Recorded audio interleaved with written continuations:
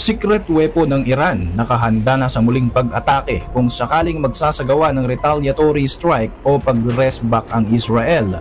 Russian President Vladimir Putin magpapadala naman ng mga makabago at advanced fighter jets bilang pagsuporta sa Iran sa laban nito kontra sa Israel. Gayunpaman, may resback din ng Israel sa tulong ng Amerika. Napabalita nga na idineploy di umano ng Estados Unidos ang kanilang pinakabagong missile na kayang wasakin ang mga bunker at maging nuclear facility ng Iran. Bukod dito ay pasado na rin sa US Congress ang $17 billion military aid upang pondohan ng Israel sa napipintong laban nito kontra sa Iran.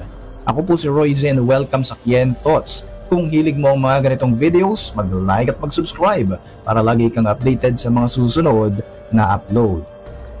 Sa nakalipas na 24 to 48 hours ay nagkaroon ng emergency meeting ang War Cabinet ng Israel upang pag-usapan nga kung paano sila gaganti sa ginawang pagpapaulan ng daan-daang drones at missiles ng Iran noong nakaraang linggo. Ayon sa US-based intelligence, plano sanang umatake ng Israel sa susunod na 24 na oras matapos ang missile barrage ng Iran. Subalit hindi ito natuloy dahil hati ang opinyon ng mga miyembro ng War Cabinet ukol sa timing ng pag-atake.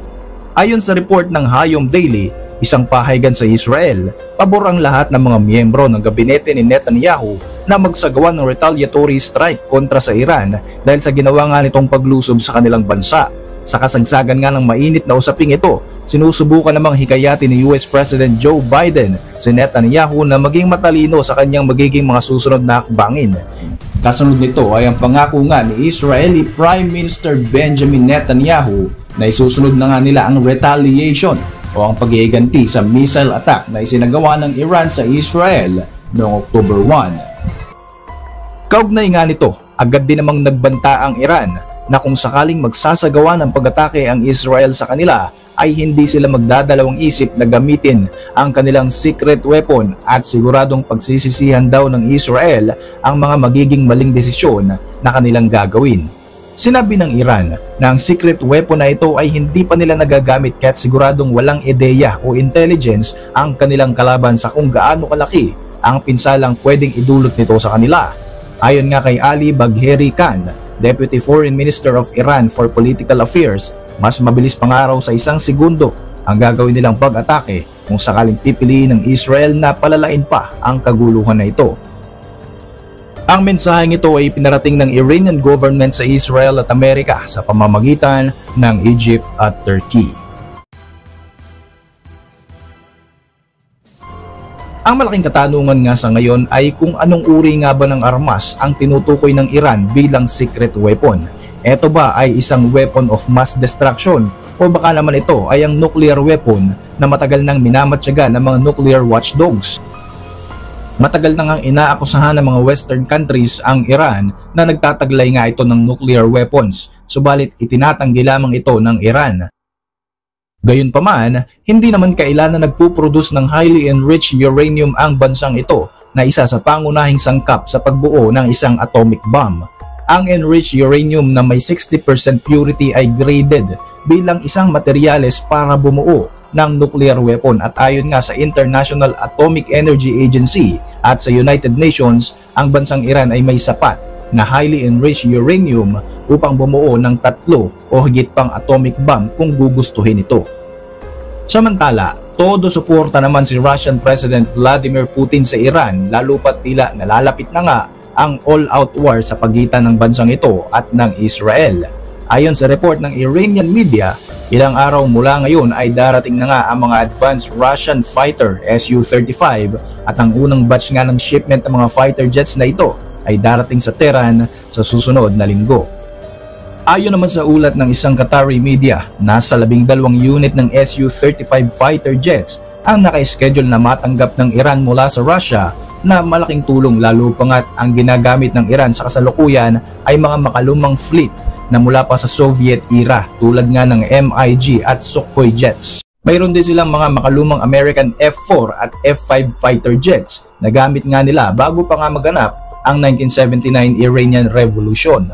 Aprobado na ng Iranian aviation experts ang mga advanced Su-35 fighter jets na ito isa itong modernized version ng Su-27 na may great combat power, high speed at great flight range na may kakayahang magdala ng mas maraming mga armas. Ang shipment ng mga armas na ito mula sa Russia ay tila timing na timing, lalo pa nga at parang nalalapit na talaga ang digmaan sa pagitan ng Iran at Israel. Sa isang press conference naman ay mariing sinabi ng tagapagsalita ng IDF na si Daniel Hagari na agad nagaganti ang Israel sa Iranian missile attack sa kanilang bansa. Papalapit na nga ang pagkakaroon ng isang all-out war sa Middle East dahil sa pangakong ito ng Israel na magsasagawa ng malawakang paghihiganti sa isinagawang missile barrage ng Iran. Ayon nga kay Israeli Prime Minister Benjamin Netanyahu, isang malaking pagkakamali ang ginawang ito ng Iran at pagbabayaran nila ito. Kung magkataon, magaganap na nga ang direktang digmaan sa pagitan ng bansang Iran at ng bansang Israel, hindi katulad sa mga kasalukuyang gera kung saan mga proxy lamang ng Iran ang kinakalaban ng Israel Defense Forces. Naniniwala ang maraming eksperto na hindi matitinag ang Israel kahit pa nga nagbanta ang Iran na dudurugin ang bansang ito kung sakaling magsasagawa sila ng paghiganti sa hinaharap. Sinabi pa nga ni Netanyahu na walang lugar sa Iran o kahit pa sa kabuuan ng Middle East ang hindi raw kayang pasukin ng malakas na puwersa ng bansang Israel. Sa ngayon ay nangangamba ang Amerika at ilang mga Arab countries tungkol nga sa posibilidad na magsagawa ng pag-atake sa loob ng Iran ang Israel at maaaring tatargetin nga nito ang mga Iranian nuclear facilities. Kung mayroong suportang natatanggap ang Iran mula sa Russia, ang Israel mayroon ring paparating na bilyong-bilyong mga pondo para sa armas at makinarya mula naman sa Estados Unidos. Aprobado na ng US Congress ang $95 billion na security assistance ng Amerika para sa mga bansang Ukraine, Israel at Taiwan. $17 billion dito ay para sa defense aid ng Israel, habang $9 billion naman ay para sa humanitarian aid sa mga apektadong sibilyan sa Gaza Strip. Aakyat na ang legislation na ito sa US Senate na Democratic majority at kaalyado ni US President Joe Biden. Inaasahang maipapasa ang pondo na ito sa susunod na linggo bago ay akyat sa Pangulo para pirmahan bilang isang batas. Ang pondo na ito ay inaasahang gagamitin ng Israel upang mag-replenish at mag-expand ng mga missile and rocket defense systems at sa pagbili na rin ng mga makabago at mga advanced na armas para sa pagpapatuloy ng kanilang operasyon sa pakikipaglaban nito sa Gaza at sa tila ba nalalapit pang gera sa Iran. Kaugnay naman ito, ayon sa report ng Daily Mail, i-deploy ng US Air Force ang mga missiles nito na may kakayahan di umunong sirain ng mga nuclear facility ng Iran nang hindi nagkakaroon ng casualty. Ang futuristic electronic warfare missile na ito ay may kakayahang mag-emit ng microwave and directed energy laser para wasakin ng mga targets nito. Tinatawag nga itong CHAMP missile at ito ay unang i-develop at sinubukan ng US Air Force Research Laboratory noong 2012.